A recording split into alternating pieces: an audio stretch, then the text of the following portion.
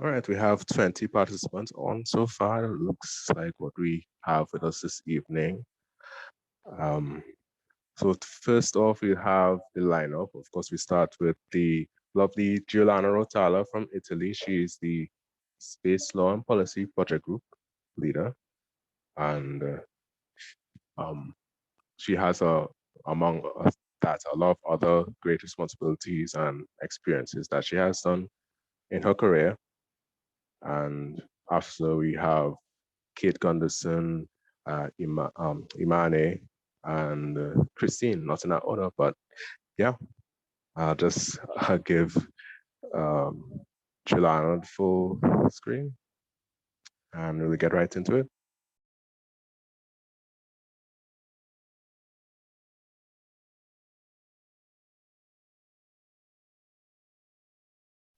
Hi everyone, thank you Saya for hosting us.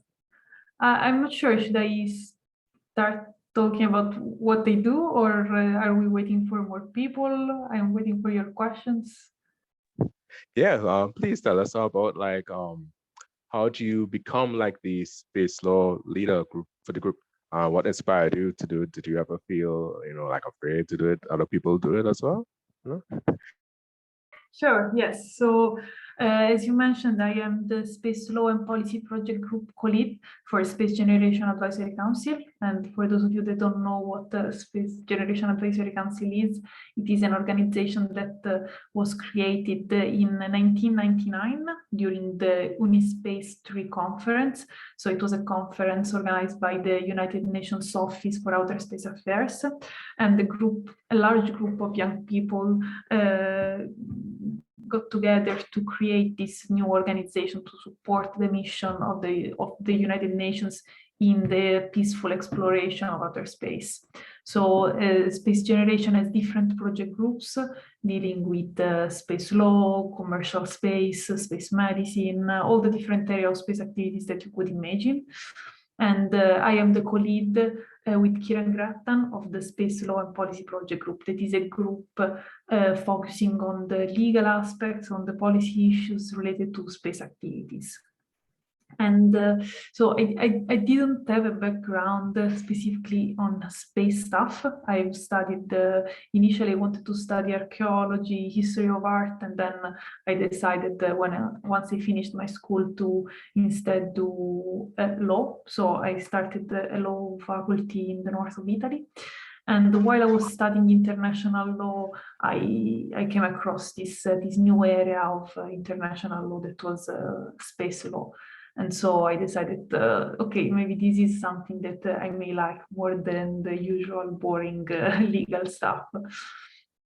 And so I started this career in space law. I didn't know exactly how to do because there are no specific path for any career actually, and especially for space careers, as most of these careers are just emerging right now.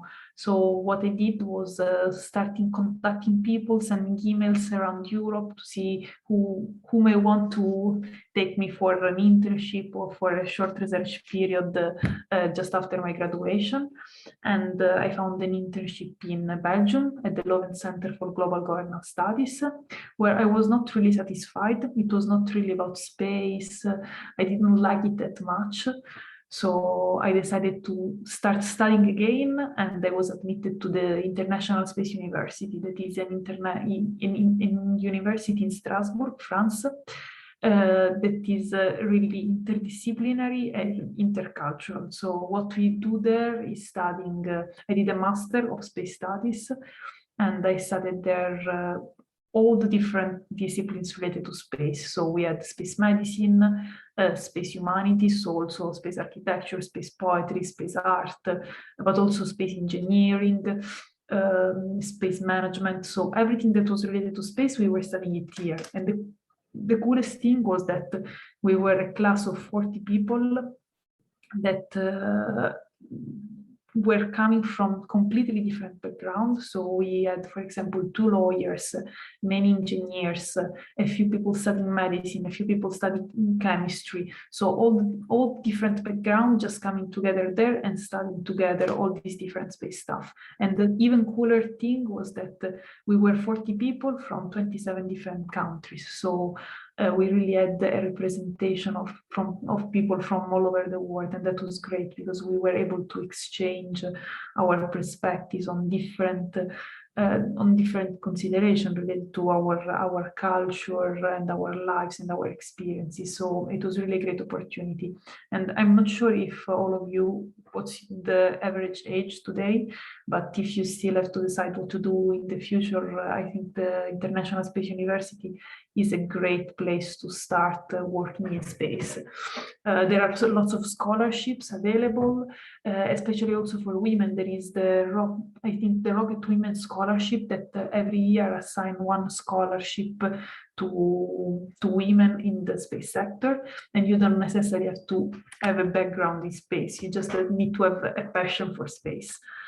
So it's a great place. For example, I got the full scholarship from the Italian Space Agency and I didn't have to pay anything at all. There are many scholarships from all over the world, so just check with your own country if there is a space organization that is willing to sponsor you, and you will find great opportunities. And even if you don't have enough time for a master, the International Space University also has shorter courses. For example, the Space Studies program during the summer, European summer, so July and August, that is only 2 months long and really provides the same background as all the other as the master does. So this was the start of my career, and then once I was in this International Space University, I was able to find an internship at the European Southern Observatory in Germany, where I studied a bit of astronomy, the impact of satellite constellations on astronomy, and these kind of things.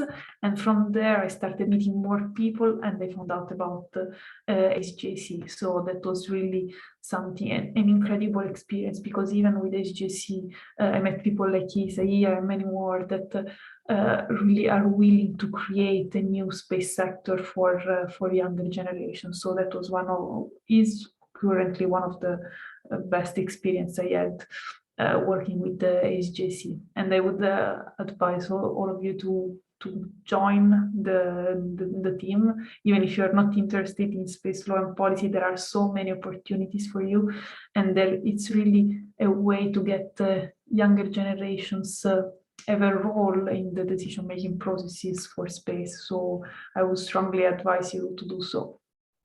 And for general, I don't know if you will go back to general advice at the end or now, but I guess my general advice for space is that there are no straight path. So when I was young, I wanted to be an archaeologist, then I wanted to be a lawyer, and then I decided that I wanted to do space.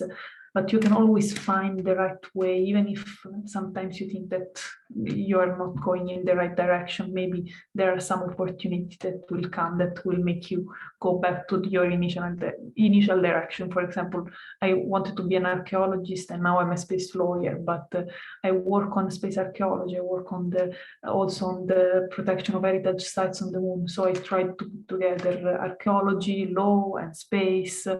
So just make sure that you don't think that for space there is a straight path. You can build your own career and your own journey depending on what are your interests and what you want to do in your life. This is my general advice for now. Then I guess we want to hear also from the other people in the call, the other panelists, and then maybe we will go back to Q&A. Well, that's some great advice. I mean, even some of the greatest women are in space right now. They start off with this career that got them interested at first, but then they realize, hey, this space thing is actually for everybody. There's no limit, and there's there's like a barricade for like women or anybody, regardless of your race or status and social status and that sort of stuff. But so what would you say are like your strengths that allowed you to be able to be so flexible to be able to incorporate your love for archaeology into space and space law? Well, I think I really know what I like. So as you say, there are actually some barriers because, for example, one of the things that I wanted to do was also astronomy or astrophysics when I was young, but especially in the south of Italy, I'm not sure if in Trinidad and Tobago is the same, but usually those faculties are attended by mostly men. So when I was young, I didn't have any role model in space. I didn't have any woman that was suggesting me that I could do also aerospace engineering. So I just decided to go for law because that was the easiest choice for a girl, an Italian girl from the south of Italy. So I think what you really need to have is I don't know, a strong passion because even if I couldn't do aerospace engineering because I thought I couldn't do it, I still came to do space stuff through archaeology, through law. So probably just if you have a strong passion for that, that is important. Just follow that passion, even if the path is not the usual one. So you don't have to, if you want to do space, you don't necessarily have to be an engineer or you don't have to be a doctor. You can be also an artist. If you want to write poems about space, you can be a space poet. Or if you want to be an artist, you like painting, you can be a space artist. So just follow your passion and make sure that even if there are no other people that are doing what you're doing, what you want to do, don't just feel that there are no chances for you to do the same. I mean, if you don't have a model that you can aspire to, create that model for other people and do what you want to do. And I think that is what I did, and that's why I went from archaeology to space. And all this stuff because I saw I didn't have any model, but I knew 100% that I wanted to do space, and so I tried to create my career, even if there were bad times and good times. So when I was studying law, it took me forever to graduate because I really didn't like it. But then in the end, I was able to graduate, and even if it was a very hard period, in the end, I was able to find something that I liked. And now my career is growing fast and fast because I know what I want to do. Yes, that is so like the hero's journey. You had your own beginning and then you became this Wonder Woman of your own. And I think it's something we all appreciate and it's something we definitely model as we build our careers. And I guess I'll just pass it on to Imane. Yeah. Hello.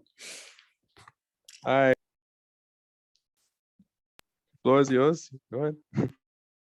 Okay. So hello, I'm Imane El Khantouti. I'm in SGAC. I'm the national point of contact for SGAC in Morocco, and in one of the project groups, commercial space project group. I'm a project lead of a project that is called Spacefaring Africa.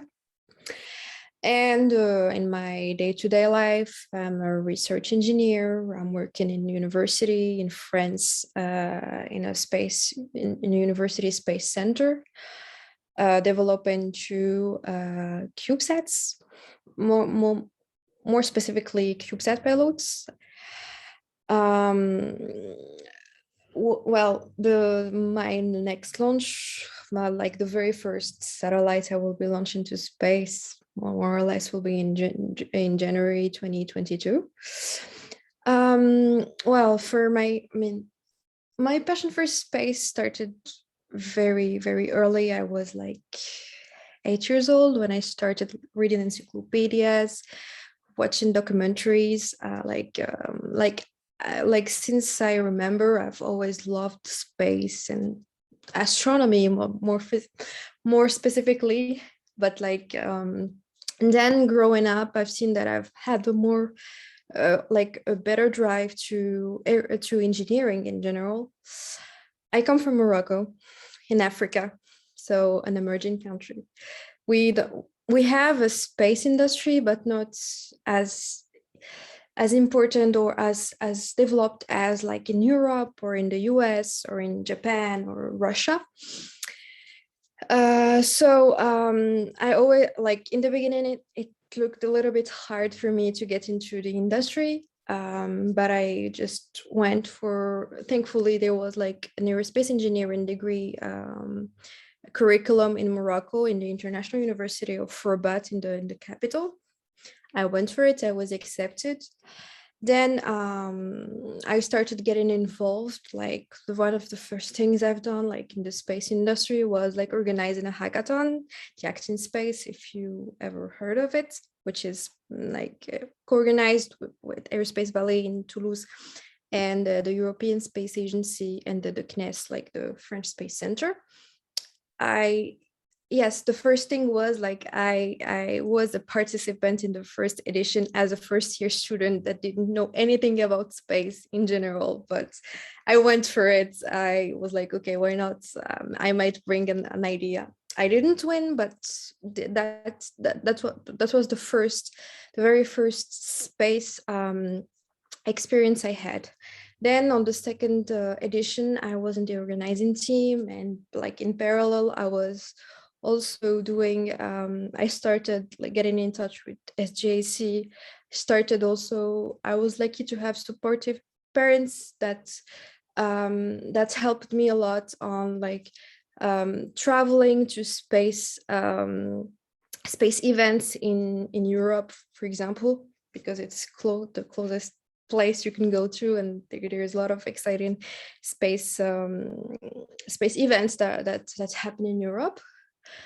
And then like this is where I encountered a lot of people from SGAC, and there was no national point of contact like back then for Morocco. And then I applied, I was accepted, and this is how more or less my space journey started. I was an aerospace engineering student in parallel, so I had to somehow co-organize, like do everything in parallel, but I really liked it. My curriculum was more of aeronautics, not so focused on space, because aeronautics is like one of the main industries of Morocco. And yeah, and like in my final year, I went on an Erasmus exchange to Italy, to Pisa, where I did like one semester in the space engineering masters. And then like as in our curriculum, we need to do one semester of internship. I did my first internship in a research lab in France, where I'm currently working as a project manager and space systems engineer. For my job, I do a lot of things as like normal project management things, like for very exciting space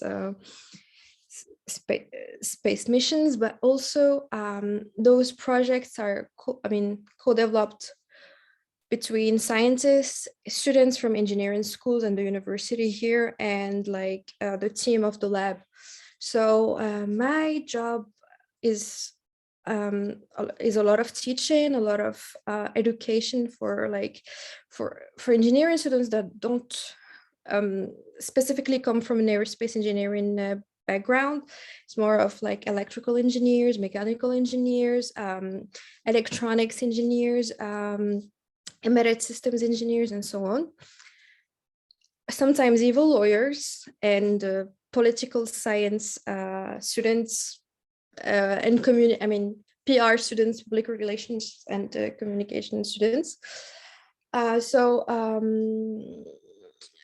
yeah, I mean, this I'm just like telling this because the space industry is quite big. No matter where you come from, no matter how you your education, your curriculum, you could somehow be involved in the industry.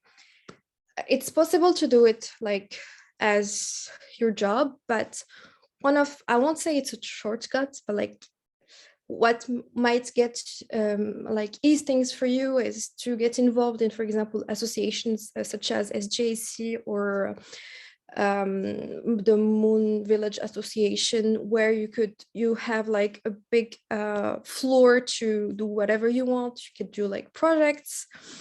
You could network, because networking is very, very, very important in all the aspects of life, but like specifically in the space industry. It's a big industry, but at the same time, if you get involved, you could easily know a lot of people that know each other. And I mean, it's also a small circle.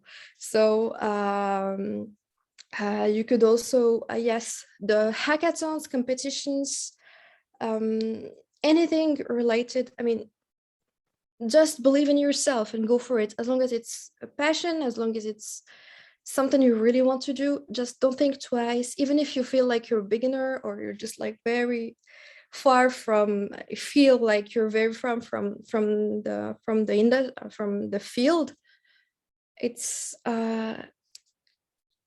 it is more open than it looks, actually, even for people coming from emerging countries. And I know that because I am coming from an emerging country, and because of mostly because of the network, I mean the networking and everything I've done so far, I could get into the industry. So, as you said, being in space is not about, being an astronaut. There are a lot of jobs all over on the ground, in between. So, for example, like a project manager, what would a project manager, for example, do in terms of like the Space for Africa project? Okay, so a project manager, like one of the biggest things that we do is the planning and the following of the project, that you should follow up with everyone, have social skills, know how to talk to people and motivate people to work. So you have to do whatever it takes to get your project done in the end. So so one of the first things is like to have a schedule and follow up with all the tasks. Like the tasks are, I mean, you cannot have all the tasks from the beginning, but like there is the big lines that are, I mean, that can be a basis. So in space, the project management is very important through all the phases, because there is a lot of elements that get into the equation. So if you need your product to have a good outcome, you should really think about everything and do a lot of risk management and do a lot of to prevent all the problems that can happen. You have to be reactive. You have to be very vigilant. But it's a very fun, risky, but really fun work to do, actually. So yeah. As you mentioned, soft skills, having all the brains and all the talents is super helpful. But, when it comes to like a lot of people doing a lot of different jobs, so negotiation definitely will have to be a part of it. You don't want to, berate your teammates and so. Yeah, but I think in the space industry, there are a lot of people that are very agreeable and, just friendly and open-minded. Yeah. How would you say that has motivated you, surrounding yourself with the right people? Was it very important, or do you? Yes, actually, like surrounding myself with the right people could bring me at least the best opportunities I could ever get. This is one of the things. Like sometimes there is like opportunities that we cannot really directly know about. So sometimes it's just like discussing with people, exchanging ideas and everything can either bring you opportunities or make you create ones, for example, projects or publications or things like that. It is also like amazing to have like mentors, because everyone started somewhere. So everyone needed guidance. I mean, like even like the best astronauts or like the best engineers that were working in like the craziest ideas for space, like started somewhere. So surrounding yourself with the best people would prevent you from doing a lot of mistakes, but like would mostly guide you to get to the end goal. Yes, of course, mistakes are quite normal. They are more than important and vital for you to grow up. But at the same time, I mean, to prevent you from the mistake, the most of like very, I won't say crazy mistakes, but like it's just like to get you to the end goal in shortcuts, like not in a very long path. So this is what I learned from surrounding myself by good people and and the right people.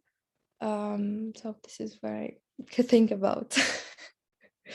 I have a technical question from our friend Keisha, and he said, do you prefer using waterfall methods or project management or agile method? I'm more of an agile. I mean, I work a lot with sprints because it's sometimes because I work in new space. I don't work in old space. So sometimes you need to do a lot of things very quickly. So agile methods are, I mean, the agile method is what I mostly do in my day-to-day job. Like I've been working on been doing my job for a year and a half, almost 2 years now, and it was always agile. Yeah, definitely. Because in terms of like creativity and when you mention like failing, you know, when anytime you're trying something new, you want to fail quickly and you want to fail cheaply so that you can move on to the best iteration of that Exactly. next thing. Besides like the artistic creativity, I know you play piano amongst other things that you do, and so has creativity played a critical part in what you do? Yes, of course. I mean, it's always good to get your mind off big tasks. And like I always had like a sort of synergy between both my passions and like piano, for example, my passion for arts and everything, and the industry. I always had this pattern that could relate both words. I mean, I don't know how to explain it, but definitely like I have been developing that side since a very young age, and I'm really thankful to do it because I could see like I feel like it's helped me a lot seeing bigger pictures of like not only the problems but like for whatever I am dealing with. Yeah, so like when you put the puzzle pieces together, you see the lovely picture on top. Yeah, like that. When you put the puzzle pieces together and get Yes. a picture. Yeah. Yes, exactly. All right. Well, great. I guess we'll just segue right into Kate Gunderson, NASA engineer and girl extraordinaire. Hello. I have a little presentation if we want to do that. Yeah, let's go with it. You can Okay, share. let me see if I can get it working here.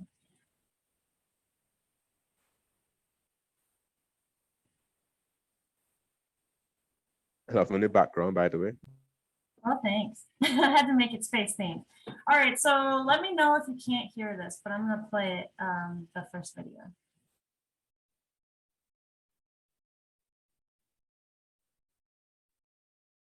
Okay, I'm not hearing anything. You probably have to share the audio. Can you hear it? Nope. Oh. Can you get a rewind? Yeah. I'm not sure, you couldn't hear any of that? Nope. You probably have to stop the share and then restart with share audio. Yeah. Let's see, how do I do that? Stop sharing.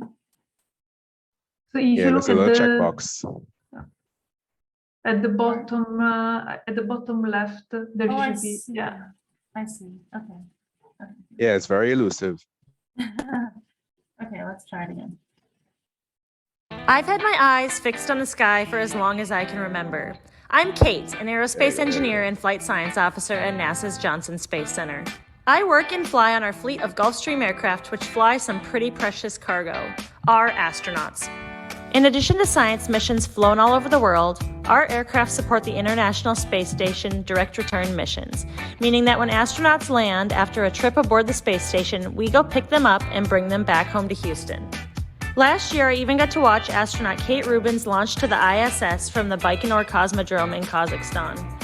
By playing a critical role in humankind's journey to discovery, I've made my childhood dreams a reality. Okay, can you still hear me? Loud and clear. Okay, so I just wanted to quickly show you like my path to how I got into the space industry and landed my dream job.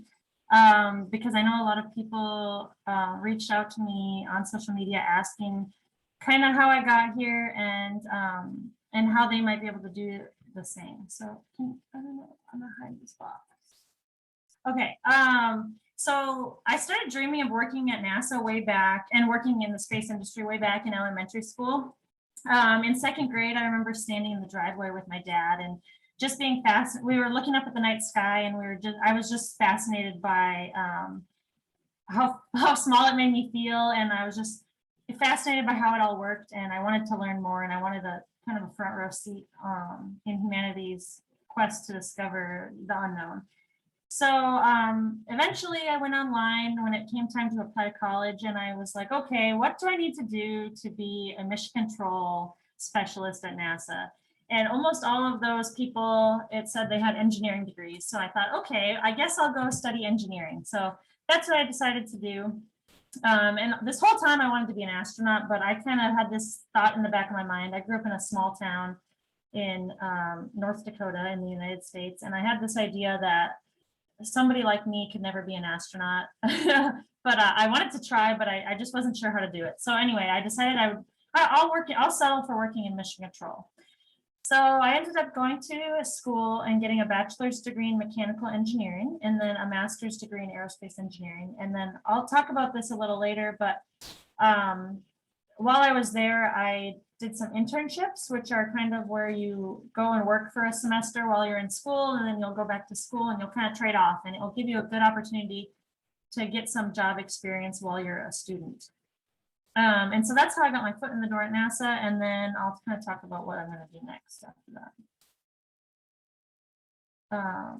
Sorry, this presentation is for pretty young kids, so it kind of takes through the basics, but I already talked about how I got into, started dreaming about working for NASA. As a little kid, I actually dressed up as Sally Ride, the first American woman to go to space. I dressed up as her for a school project. So it started out at a really young age that I wanted to be an astronaut.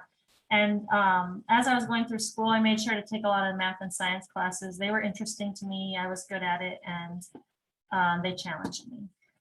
And then, yeah, I already kind of talked about when I went to school in Rochester, New York at the Rochester Institute of Technology, where I studied mechanical engineering. And I studied also aerospace. I focused in aerospace and then did a minor in Spanish. And then I decided 5 years of school wasn't enough. It was time to go get a master's degree before I started working and making money. So that's why I decided to get my master's degree. And I also come from a family that's really big on education. We really value the ideal of lifelong learning. So that's kind of why I decided to get my master's degree too. So I'm gonna kind of do something weird and switch. This is for young kids, but I have another presentation. Can you still see my screen? Yeah, we can still see it.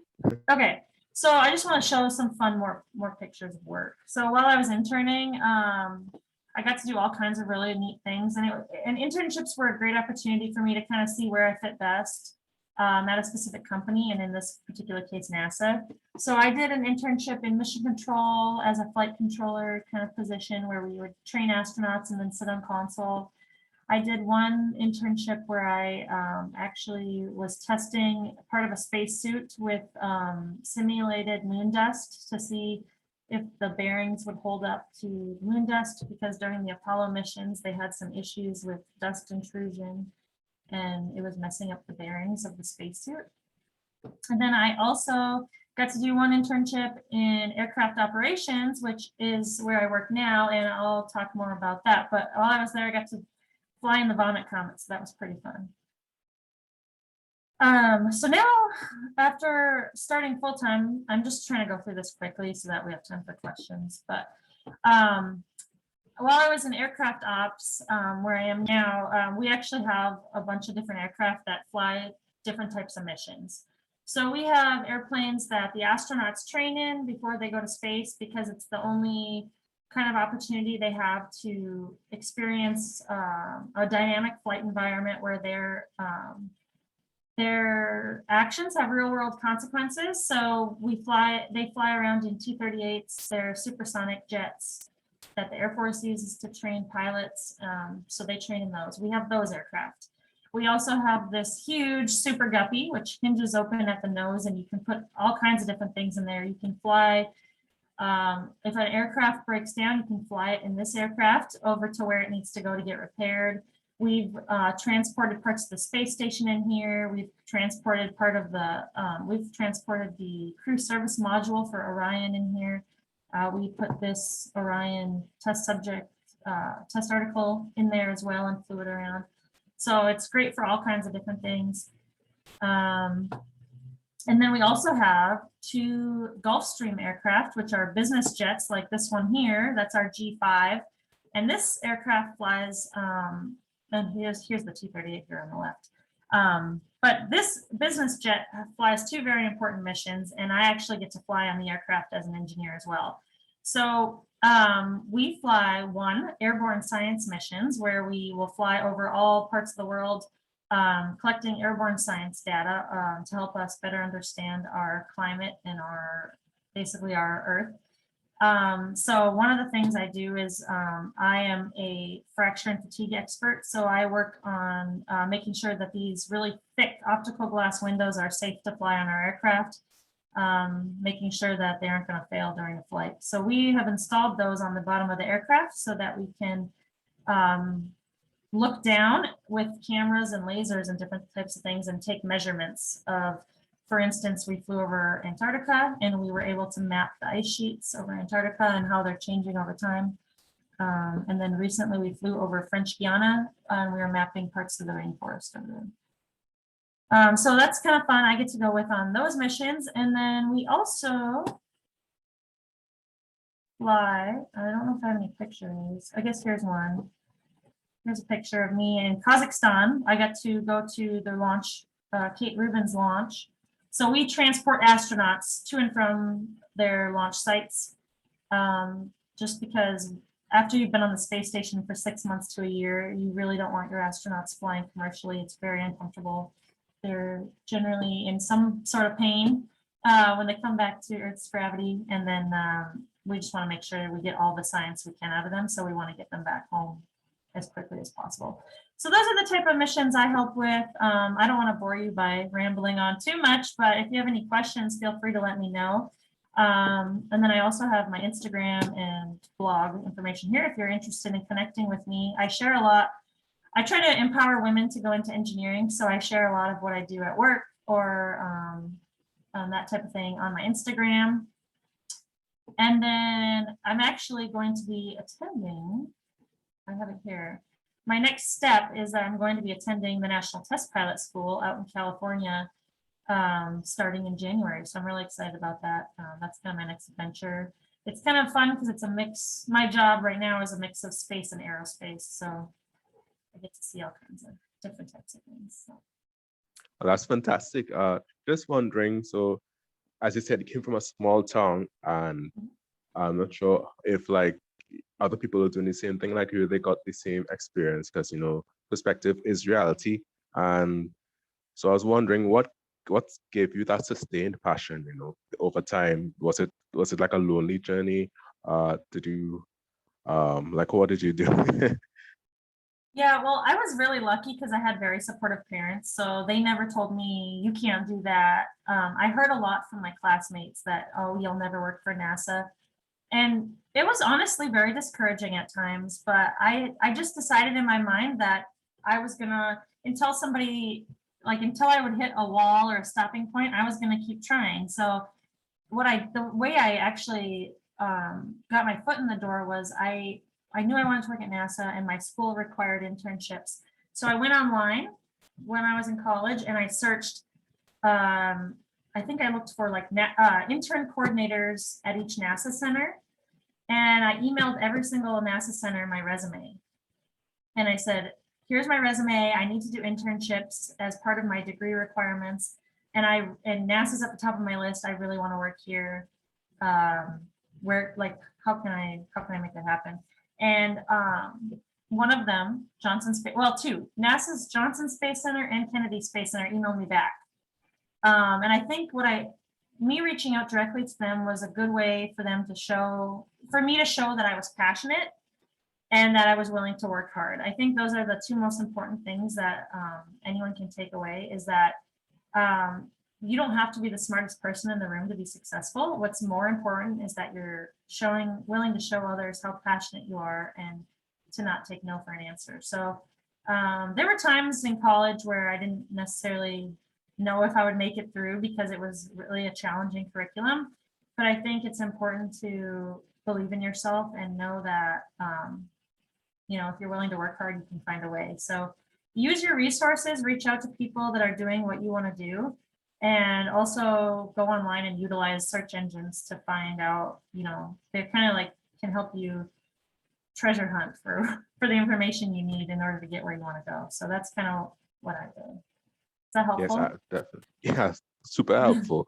I would say in terms of treasure hunting, we have a lot of hidden treasures in Trinidad. For example, we have like the NASA internship program, and we have like stuff like SGAC, which I just stumbled upon actually on Instagram, funny enough. And yeah, we have like the hackathons, like NASA space apps going on right now.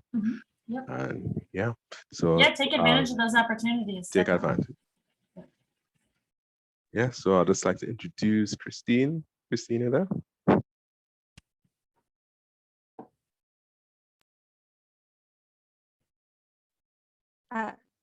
I'm muted. Hello, everyone. No problem. In the Philippines. I hope you can well, because I have a very bad internet right now. So I also have a presentation, but it's not a case presentation. It's just a simple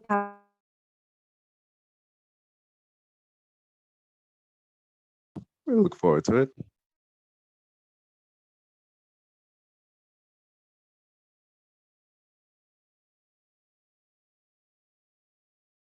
disconnected.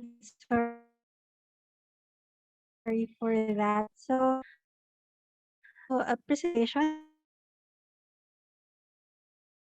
Oh, we're not seeing it yet.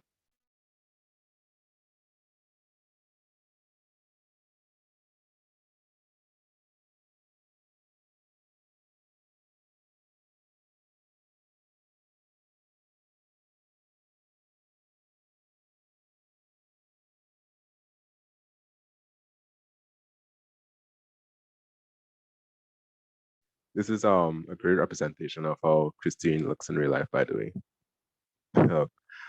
Digital copy of her.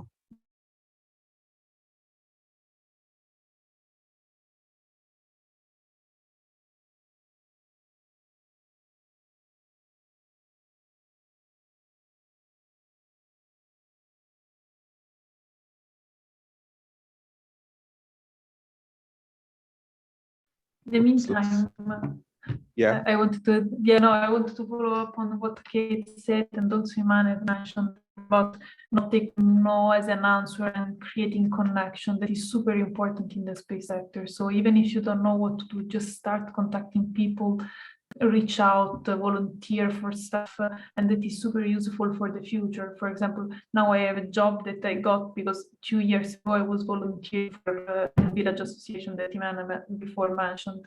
So just contact people. When I found my first internship, I emailed everyone, every space law professor in Europe, and just one replied back, like for Kate, only 2 centers replied back, but just do it because one of those will reply, and maybe that opportunity will be useful for your future.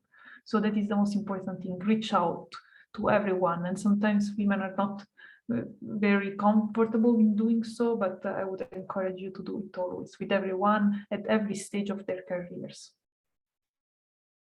Definitely. I see Kristine has rejoined us. Hello, everyone. I'm very, very sorry about that. So I won't show the PowerPoint presentation now, and I'll stop you. Should I share? Sure, go ahead, right on. Okay, so going back, so I'm Kristine Atienza. I'm a nutritionist dietitian here in the Philippines, and I work for a humanitarian organization. I'm a public health nutritionist, so that's why I was deployed this week of in a remote island here in the Philippines, so that's why I have a very, very bad internet connection. Anyway, so my day-to-day job is very, very far from space. So space is basically literal nightlife. So how did I get into space? So I think I'm also like everybody else here, or most of us here.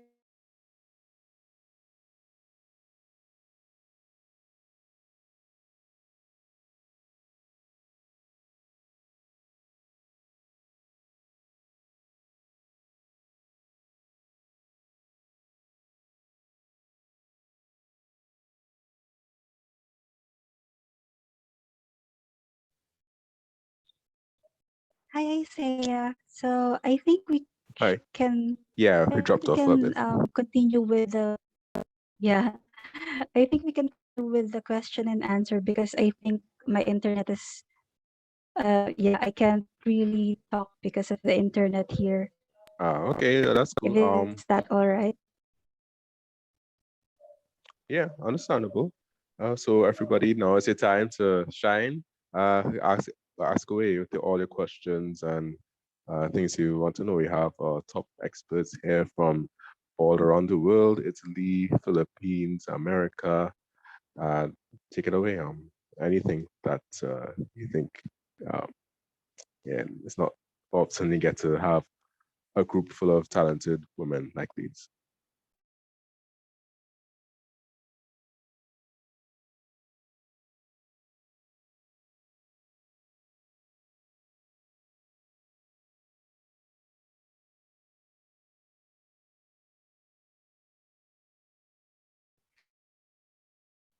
Maybe while they take the courage to ask their questions, another thing that I would like to suggest to all the people at every stage of their career is also based on what Imane was saying, finding a mentor is very important. In this space, there are so many programs that are looking at younger people and that are promoting the role of a mentorship of mentors and the mentorship program. So, for example, SGAC has a very nice mentorship program.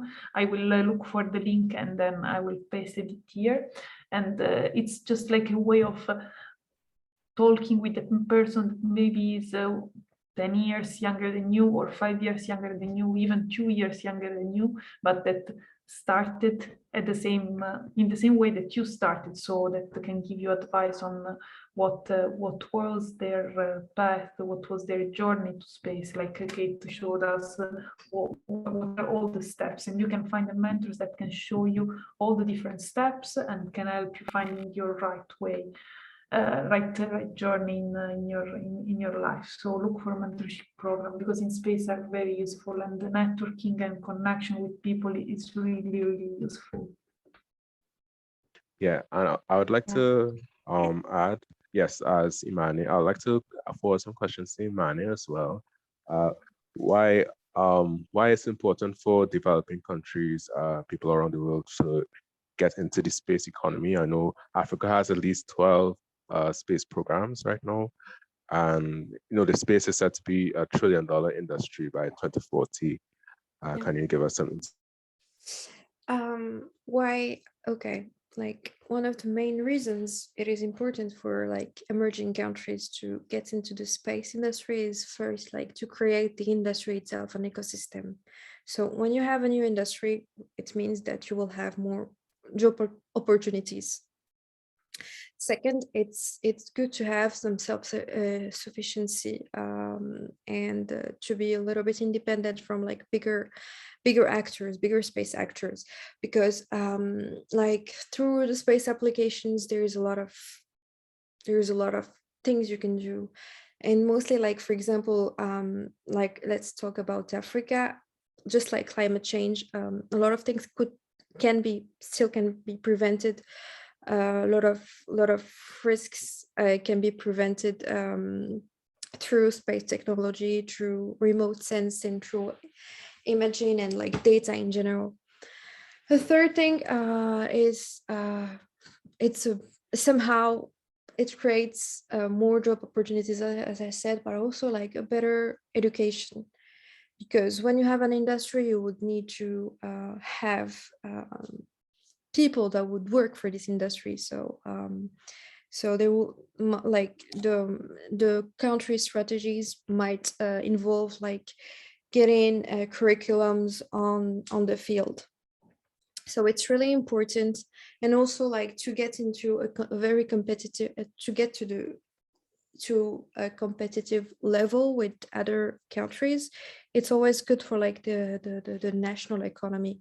So this is like economy wise, but at the same time, like space is very important for all of us. I mean, we learned a lot of lessons from space, like unfortunately in continents like Africa, a lot of countries are somehow still having few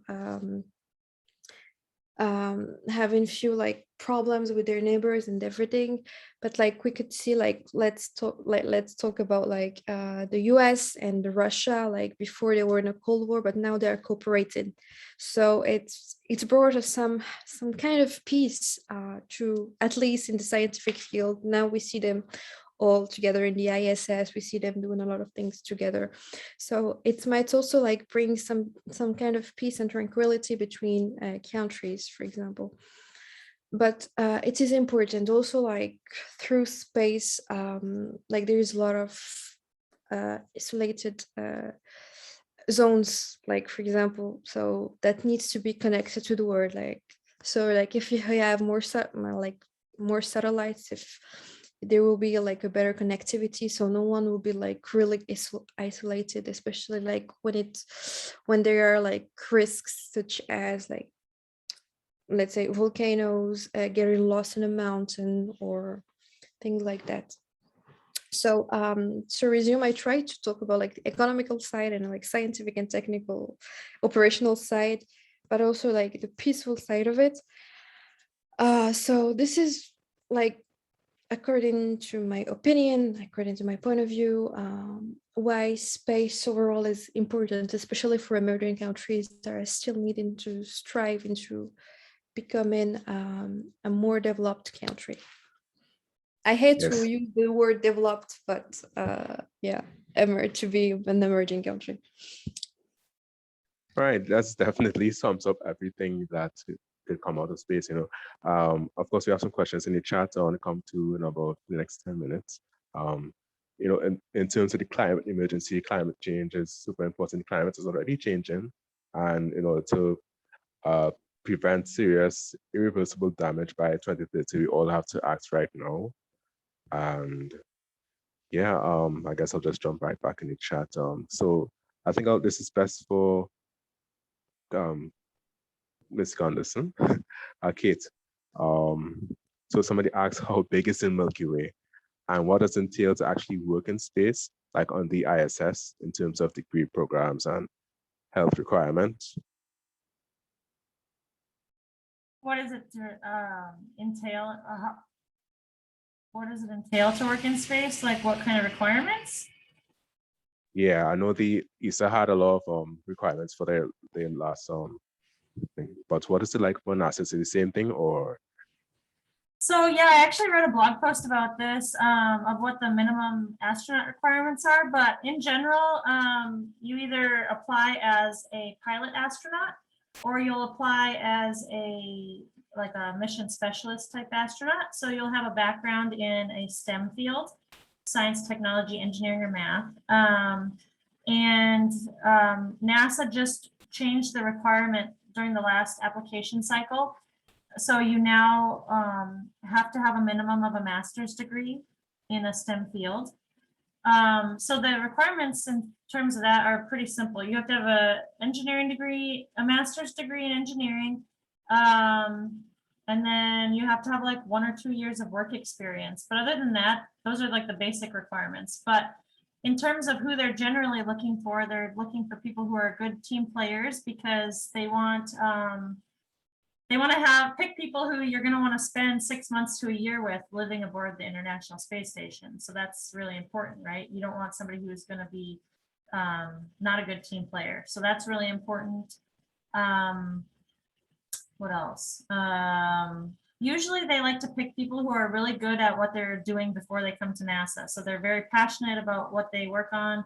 There are people who've done like DNA sequencing, people who were medical doctors, people who were test pilots, all kinds of people who did research on research in Antarctica. But anyway, you never really know what specific type of person they're looking for during that cycle, but those are all really important things. And then also I've noticed that some of the last astronauts they've selected were people that had done like remote work, such as work in Antarctica or like some remote place where it's an extreme environment. So it's kind of like a good precursor to living aboard the space station.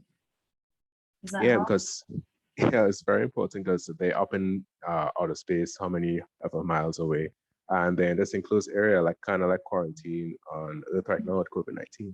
So having that mental fortitude and even just relating to the press, they actually like people who I think who are able to relate to the press well, have like a public relations sort of background and stuff. I got that from watching Scott Kelly's Trip to Space. Yeah.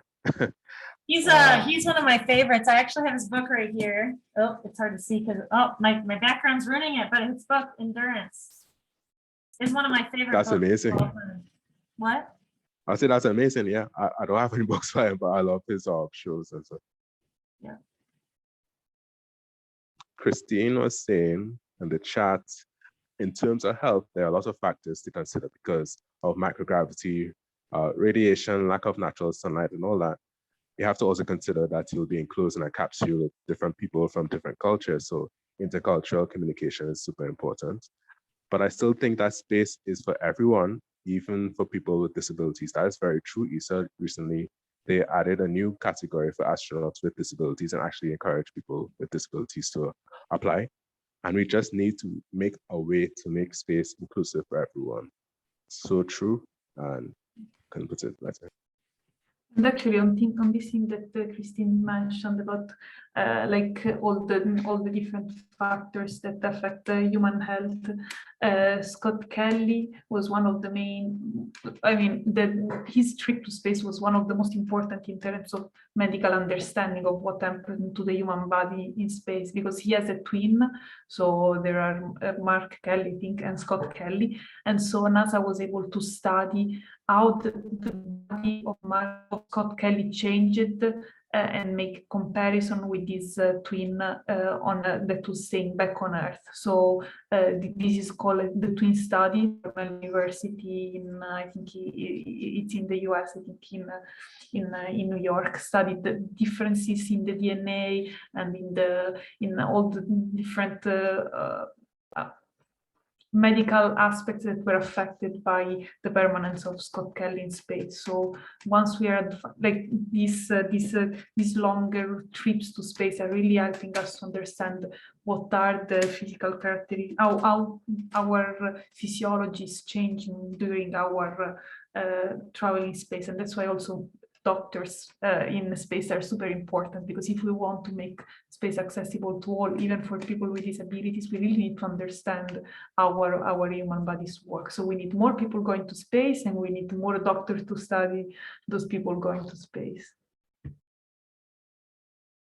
Yeah, and laws are also very important in space because we have humans out there. So like for the rescue treaty protocol, for example, if astronauts, if you want to talk about it more.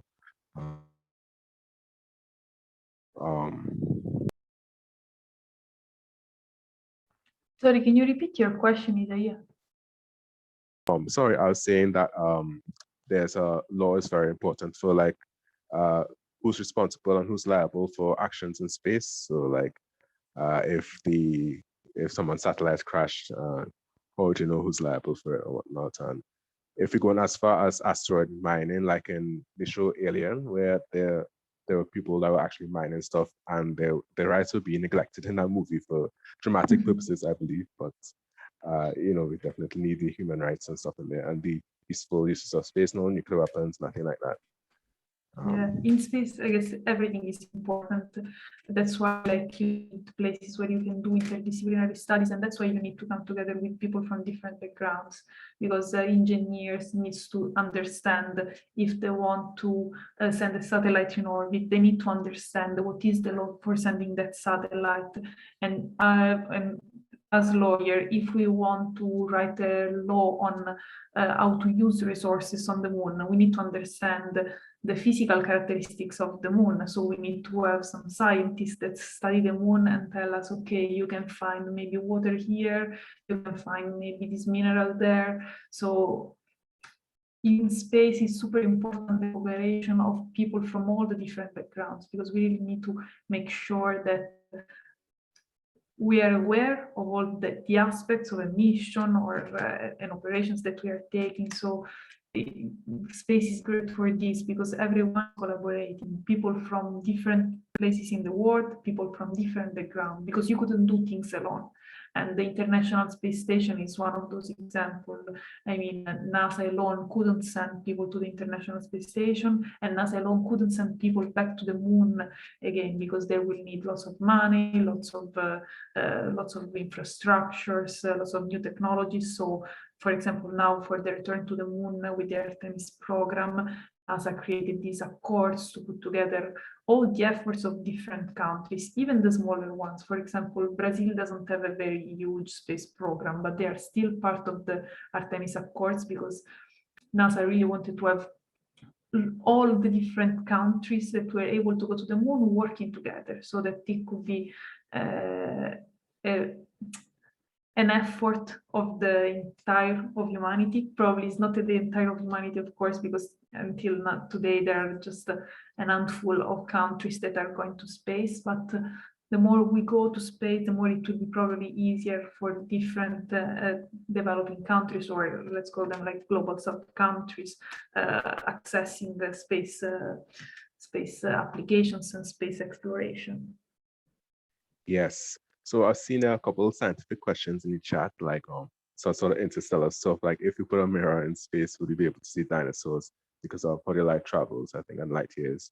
I don't think anyone on the panel could answer right now, but I see Miss Singh, she said, do you have to study a specific medical field to be in space medicine? We don't have these space medicine and life sciences reps here with us today, but I studied a bit of medicine when I was at ISU. I've actually written my thesis at the International Space University in space medicine. Even if I was a lawyer, that's why, like, in space you do many different stuff. And actually in people, I don't know exactly for the requirements to become an astronaut for NASA, for ESA, but now are super important, all the different kinds of medicines. For example, nutritionists are super important because they have to define the diets of astronauts. doctors that, I don't know which is the name in English, doctors that study the heart. They are super important. Because they have to study the blood pressure of astronauts. And doctors that are working on eyes are super important because cardiologists, yes, sorry, it's the same in Italian actually. So every field is important, because if we are gonna live in space and stay in space for a longer time, we will need to understand all the different aspects of our human body and how space affects our human body.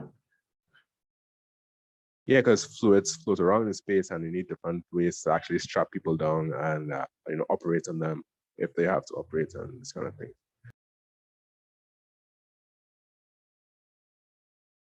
Yeah, and in Trinidad, if I may add, that there's a lot of academic study was focused. So like we have these quizzes between groups and clubs, like talking about the Messier numbers and different moons and Jupiter and Saturn in these different places. But it's not really just a theoretical ecosystem. It's also very practical and has a lot of science and creativity, economic reasons to get into space as well. Anything that you can really think of that you do in real life, you can apply it to any industry in space. I think that's the whole part of what we should try to look out for. Yeah, actually, a friend of mine just published an article on how would be our life for one day if all the satellites were shut down, and we actually wouldn't be able to do anything because even if you just think about moving around. Today I was going to the supermarket and I was using my GPS because I had no idea of where the supermarket was, and GPS is a system of satellites that give you your positioning. So I mean, space is super important. And so people that are not in space, usually we can distinguish between the space exploration, so all those things that are related to exploring the moon, exploring Mars, and these kind of things, or also space application.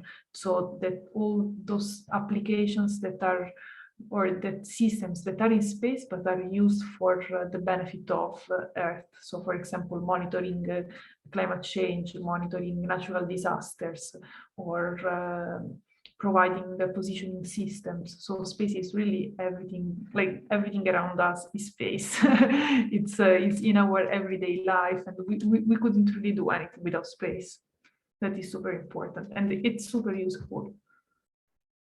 Yeah, Kristine also dropped something in the chat about medicine programs and presidency and so. And if I would add, yes, for space technology for Earth application, it's like the Internet of Things, where they actually have this thing where they program plants to send emails to someone's computer through satellite data and through triggers that actually put in the plant. And also water filtration systems that they use in ISS, they use it to help with the water in the irrigation systems. So a lot of different things I could apply, and there's even a guy that he took the wheels that were on the lunar rover and he made it onto bike wheels so that you don't have to put air in your tires. And one more that's super famous is the phone camera. It was actually invented by NASA. They wanted a smaller payload on their satellites, so it'll cost them less fuel to send up into space. And they were like, this small camera is like on a microchip. If you put it in somebody's phone, and then they were thinking of kawaii culture in Japan, where teenage Japanese girls take pictures of cute stuff and they send it to their friends, and they're like, hey, we can make some money off of this. And it became a hit. And Apple was the first people to bring it out, and it never stopped. But also, if you think about all the applications that were used during the pandemic for telemedicine, like, I mean, during COVID time, it was essential, the use of space application also to provide support to people in remote communities. I mean, space is, if you think about the applications for the space, for the sustainability goals, space is super important for all of these things. Yes. So not really not even out of the box solutions, but in the box, as they say. So things are in our system that we could actually see the interconnectedness and put use to it. So this is where a lot of 21st century thinking and innovations and seeing the bigger picture of things is definitely what will help us move away from the industrial culture to a more creative and vigorous, as the SGAC mission is to involve the vigor and creativity of all youth so that they become great leaders in the future in the space industry and all industries generally. Being a great leader, being a good person, having a positive attitude, just being a decent human and helping the world be a decent place for everybody in terms of sustainability, the ecosystem, the environment, the society, and even business, sustainable business practices. Yeah, and I see that I received a private message, but maybe I will reply to everyone because I think it's relevant to everyone. That is, how long did you take to study astronomy or space, and how did you qualify? So, as I mentioned before, like I didn't study astronomy, even if I was working in an astronomical observatory, that was the European Southern Observatory, and it depends really from people to people. So, for example, Kate told us that she did a bachelor and different masters after that. So I guess she have studied 7 or 8 years. In my case, I've studied law that was not really related to space, or at least initially I thought so. So I've studied 5 years of law, and then I worked for 1 year. I worked also as a waitress actually for 1 year because I didn't know what to do in my life. So that's why, like, you don't really need to be qualified. When I finished my law degree, I didn't know what to do, and I worked in a restaurant because I needed money to survive. So I didn't know what to do. I said, okay, I will just work as a waitress. And then in the meantime, I found about space. So I've actually studied space only for 2 years, but you can just read journal articles, watch webinars, watch movies, inform yourself, and then create your own qualification. You don't need to have a specific diploma that tells you, okay, you are a space person. You can just build your own career. I don't know if for Imane it was different. Maybe you have studied the space stuff from the start. For me, I mean, one of the things that I like, after to follow up with what Giuliana is saying, like, I mean, the amount of years that you study depend mostly on the program of the country you're in. For example, I was in Italy. I've seen that like the degrees there take much longer than the degrees elsewhere. In Morocco, like for my master's, I mean, we don't have, when you're an engineer, you don't do a master. It's equivalent to master, but you do an engineering degree with 2 years of like very theoretical maths, physics, and so on, very theoretical basic things. So for me, it was like 5 years where I did aerospace engineering. It wasn't really directly, it's aerospace, but like it was mostly pure basics of what you need to know to be an aerospace engineer. And then like in my 5th year, this is where like I did the master, a semester exchange in Pisa in Italy, and that's where like I really studied only space things. Yes, to follow, for your skills, for you, like thank God we have internet, because you could get a lot of resources in internet. You also get a lot of certifications from like different websites and everything. If you want to have a sort of certification or a diploma or a degree to make your, let's say, your resume, I won't say more relevant, but like stronger. But at the same time, it's not the only way. You can just like, as Giuliana said, attend webinars. Now, especially after COVID, everything is becoming more and more virtual. So it's amazing. You get amazing opportunities. again, mentorship, this is something very important. Also readings, publications, even if you're like maybe sometimes even try to do research by yourself or try to do papers by yourself, sometimes even if you feel like you're not qualified and you don't know where to start, you need to start someday. So you don't need to be to have your master's or to be enrolled in a PhD program to actually write scientific papers. You can do them from like your bachelor's years. I mean, you just need to dare doing whatever you want to do, and you will figure it out some way, and it will pay off either sooner or later. This is why I really learned with all the little experiences I had, because I started this way. I did a lot of, I mean, I always was passionate about space, and it's hard when like the industry is quite either mostly not civil, more military, but also like when you don't see, like I didn't see myself, we do more of like remote sensing, data processing in Morocco, so I didn't see myself doing that. I wanted to do more hands-on things, to create, like design satellites, to work on satellites. So I started by publications and research, and just like that. But like the like to sum up, dare to do whatever it takes, even if you feel not ready. You are ready somehow.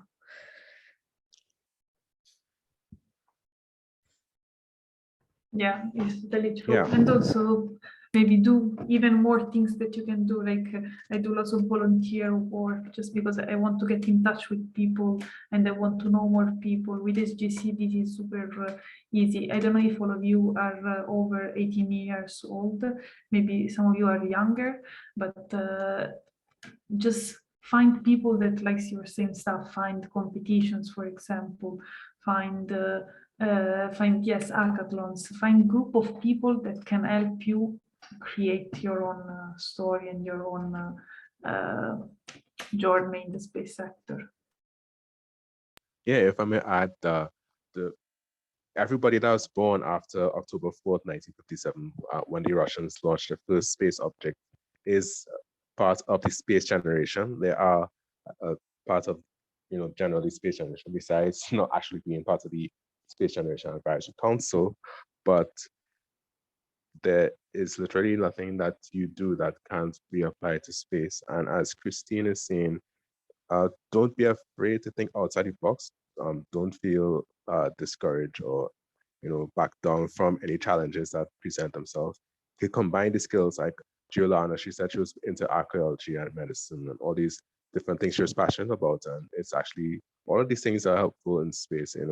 If you want to bandage someone in while they're exploring on the moon or something, or take rock samples of some planet on, could be Mars. These are very helpful. Even if you think it's far out there, the thing is that we are all on a planet right now. We say from Italy or Trinidad and Tobago or anywhere, but it's really just an imagination. A thing of our imagination is really, the Earth is borderless, and everything that we do is scientific in some sense. From the way how our bodies work to the spin of the Earth in orbit around the sun. It's not really something that's mutually exclusive to how we live our life normally. So all these are very important when you're creating your own path. Try to have role models. Yes, it's very important, but there's a quote that says, don't try to walk in the footsteps of your masters, but rather seek what they seek. So seek what they sought is actually correct tense, but what were they going after? Was it appropriate? Is it appropriate to you?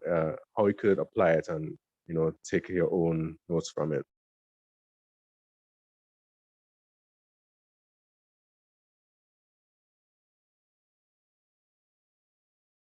So let's really be a trailblazer. Yeah. I know Trinidad people are very spicy, full of vibes, as you would say here. I know Italy has its own kind of spice too. We all love the original pizza, and we all appreciate that. I know that also astronauts have been eating pizza on the International Space Station, because the French astronaut Thomas Piquet cooked a pizza, even if he put ketchup on pizza, and the Italians really don't like when you put ketchup on a pizza. So I didn't appreciate it very much. And never put pineapple also on pizza. Yes, it's very an bad insult mistake. It's a huge mistake. So if you want to be a nutritionist for space, any of you, please feel free to do it. Please feel free to create a pizza for space. Don't do it with a pineapple on it. Yes, and to just further that, the actual first, be a nutritionist like Kristine. The first Apollo mission, when they went to the moon, the NASA astronauts actually did not eat their food. It was like in little toothpaste cans, and they thought, they associated with toothpaste, and it was like mush. But I guess it's a big leap from that to actually having ketchup and pepperoni for pizza. It's a big leap, and it's better. And they actually tried to recreate gourmet food, because there aren't any space hotels right now in space. They could just take a rocket off to get some beef Wellington like Gordon Ramsay. Yeah, but actually, I don't know, probably Kristine is the most expert here, but I think in space in general, all the people that are working for astronauts are trying to recreate the best environment that they can. So there are designers that try to create an environment, like a room that is comfortable for them. And there are the nutritionists that try to recreate the food that is like some good food for them, because they are living in space. That doesn't mean that they have to sacrifice their life and live in a bad way, because it's a closed environment, it's an extreme environment. So of course you need to create the best condition for them, and the best condition are also true food, because of course it's it's one of the most important thing in our life. So yeah, I think people like space nutritionists are super important in space. Yes, we have to put humanity in space, and all the systems, as we need to keep it alive. We need law, we need the food, we definitely need oxygen, so medicine and things to support our health. One of the missions of most space agencies is to transplant humanity on Mars. Well, that's mostly Elon Musk, with SpaceX. He wants to live on Mars and perhaps die there, get buried and whatnot. So cool for him. He's also the richest man in the world as of right now. So, if you're inspired by money, sure, that's cool. I'm not a fan. I'm not a fan. Okay. I mean, we can go to the moon or to Mars all together without the need of creating new colonies, calling a colony and an environment, a community on Mars is already something bad, because you want to colonize a place that doesn't belong to you. So I'm not a fan of the ways in which Elon Musk is planning in his mind the future of humanity. I think we can do better. We can do it in a more inclusive, diverse, and attentive way to humanity and to the environment, which is not what Elon Musk is thinking. I think Elon Musk is focusing on a group of rich white people. That is not what we want for space. We want something more. And I'm a white woman, and I'm saying it as a white woman. I think this is not what we want. We want a completely different kind of space for our future. That's very interesting. I never really heard anybody had a rebuff to that.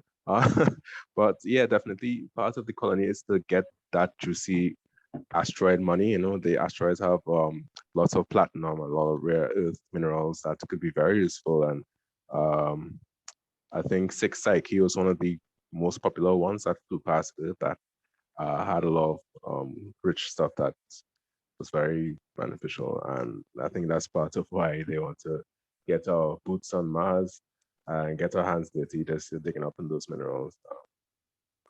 Actually, to just come like to talk about like Elon Musk and all the rich people that are started to want to do colonies. I mean, it is good in a sense where like countries don't really have like a space agency or a space program, especially for astronauts, will be more or less able to go to space and have their own astronauts. But the thing that is quite sad is that it costs a lot, and it's for me, I am a little bit not supporting the idea of it's becoming a business, and like yes, it might bring some money to space, so to do a lot of research and development and so on, but at the same time, like the concepts, I don't really like the concepts myself. But the only, I mean, not the only, but like one of the positive aspects is like it's somehow a way to make it more inclusive for more nationalities to go to space. But again, if we open it to much more people than like celebrities, or it's amazing to send celebrities as well. Like for example, Captain Kirk went today to space at 19 years old, 90 years old. But at the same time, maybe giving more opportunities for others, like because sadly, like the European Space Agency, NASA, like the other agencies, or Russia are not getting like given bigger opportunities to more people from different nationalities. So so yeah. Yeah, definitely. What we have seen is that the big entrepreneurs have really taken the steps necessary to provide an equal footing for everybody. And they're able to do this because they're more agile than any kind of government agency. You know, governments are very big, clunky, and efficient, but they trade that off in order to be, able to handle everything that they could do in terms of, law for international and both local or different things that they do. Um, so this is definitely a space, or for lack of better words, for people to be entrepreneurs and startups. There are a lot of different startups like Rocket Labs. It's very important. They actually do 3D printing for their own rockets. A lot of You don't have to wait for opportunities to come to you knocking on your door. You have to. It also there's opportunity for you to create your own opportunities in your own country, in Trinidad and Tobago, or Africa, or anywhere in the world. Yeah, no, when I say that I don't like Elon Musk, I just don't like the idea of just millionaires, billionaires going to space. It's important that what the thing that they are doing, because they are developing way more the space sector than it was before. So it's important what they are doing, but we need to control every step that they are taking to make sure that this what they are doing is happening in the most ethical and lawful way. Yes. It's really important. It's really important because like one of the examples that just came to my head is like the Roadster, when like they wanted to launch Elon Musk launched like the Falcon Heavy, just the first flight. He launched like a Tesla Roadster as a marketing strategy, maybe, and also like just like this is junk that you like send like that to space. So they really need to be controlled. This is like as we're trying to make space sustainable, trying to send more space debris, trying to do less fail. I mean, we are already failing our planet with climate change and everything. We should also do that for the other planets. So yeah. Yeah, space debris is a super challenging thing, because if there's so much that it acts as like a cage, we can't do exploration. You can't go to Mars or to the moon or anything. Super important. That it's a challenge that many people, many governments have been trying to tackle. But as Imane and Jill mentioned before, money is thing is very expensive. Just to get fuel to get up into space alone is kind of costly. And actually creating ideas, because we never had a space debris problem before until we started launching things into space. And a lot of it is course correcting all the things and regulating businesses. So there actually been laws to mitigate space debris. How governments handle and regulate businesses when they launch items into space. And that is definitely what SGAC, part of what it was, the mission is to have youth, as they are the new generations, the next generation, like Star Trek, to inherit all the good opportunities and all the challenges that come with space. And it's up to us to take the mantle and do it in an empowered and confident way. Confidence is very important. This is like why we have meetings and stuff, to show that, you have the power and we can do great things once we believe in ourselves and we surround ourselves with the right people and follow up with resources online. Mr. Google, as there's a skit on College Humor, I think, is one of your best friends, and he'll always be there. He won't ever be grumpy or anything. Kristine said she has to go, and thanks for joining us and contributing, even though, the internet wasn't on our side today. The force wasn't strong in the internet. But yeah, live long and prosper, and thanks for coming on. Actually, I also believe I would stay here forever, but it's midnight 30. And yeah, I think it's a good time to wrap up. Yes, but it was great. Thank you, Zaya, for organizing this event. It's really important, and really we could stay here talking forever. So yeah, I know. just I want to say to all the people here, you can just reach out on Instagram, for example, or via email, and I'm happy to continue all the discussion with you and answer all of your questions on space and on careers, even not the space. Yes, definitely. You could email us. Most of our emails are our first name separated by a dot and our last name at spacegeneration.com. So for example, isaiah.thomas@spacegeneration.org. Yes, sorry, I always mix it up. So I said, yeah, Giuliana just puts up her email right there. You can always email us, check us out on all your favorite media. Yeah, so this is the first ever event for World Space Week, I think, for Trinidad and Tobago. I'm so happy to have shared this time with you all tonight. So thanks for coming, and see you tomorrow and Friday for Thursday, thermal dynamics. That's a long word. When you talk about the space agency, the Caribbean Space Agency, and Friday we'll be talking about sci-fi and fantasy and how that is also sort of important source of confidence and inspiration as well. And goodbye. Thank you very much, Isaiah, and thank you for everyone that joined today. Thank you so much, and have a nice evening where you are.